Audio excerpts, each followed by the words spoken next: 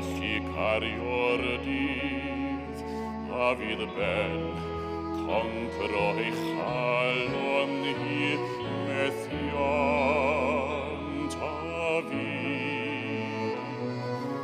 Mae hi fain dragowydd gynt cyn creu ffiniau li a byd. Heb un ddanerfri, heb un ddadyn hi fy ngwlad oedd hi. Rwy ti'n gofyn am ei caraf drwy waed, gwai ac mewn braw.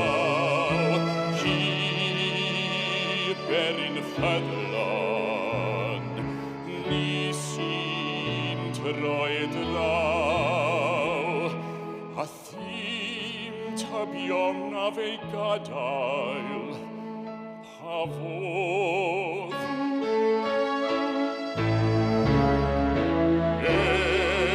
Mynd dros y ffin